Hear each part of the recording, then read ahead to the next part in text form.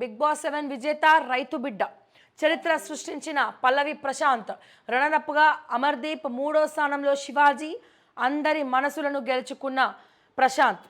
So పల్లవి ప్రశాంత్ స్టార్టింగ్లో ఆయన అందరూ అతన్ని ఒకటి చేసి బాగా ఇబ్బంది పెట్టినట్టు కూడా తెలిసింది. అంటే రైతుని అవి ప్రతిసారి ఎందుకు నువ్వు సానుభూతి సంపాదించుకుంటున్నావు, ప్రతి దగ్గర ఎందుకు నువ్వు సానుభూతిలాగా జాలి పడుతున్నట్టు మాట్లాడినావు, రైతు బిడ్డం అంటే ఏమవుతుంది, సో మేమందరం కూడా ట్యాక్స్ కడుతున్నాం, సో ఇట్లా ఈ రకమైనటువంటి డిస్కషన్స్ ఉన్నాయి.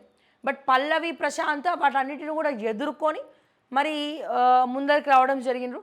బట్ బిగ్ బాస్ అనేది మరి అది ఎంటర్టైన్మెంట్ వరకే కానీ సో దీనివల్ల ఉపయోగం ఏందో అర్థం కాదు నాకైతే. సో ఎటువంటి ఉపయోగం లేదు. ఇంకా పిల్లలందరూ కూడా చెడిపోతున్నారు ఇట్లాంటివి చూసి. సో చెప్పాలి అంటే చిన్న పిల్లలు కూడా బిగ్ బాస్ చూస్తున్నారు. పోనీ అక్కడ వాళ్ళు చేసే వేషాలు ఏమైనా మంచిగా ఉన్నాయంటే అది కూడా లేదు కదా. సో అంతా డిఫరెంట్ అంతే. తెలుగు ప్రేక్షకులు అందరూ కూడా చూస్తారు.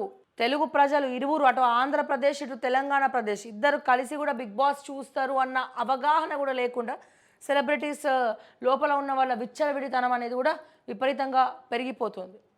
సో ఎనీవేస్ ఒక రైతు బిడ్డ పల్లవి ప్రశాంత్ బిగ్ బాస్ 7 టైటిల్ని కైవసం చేసుకున్నారు. సో పల్లవి ప్రశాంత్కు ఆల్ ద బెస్ట్.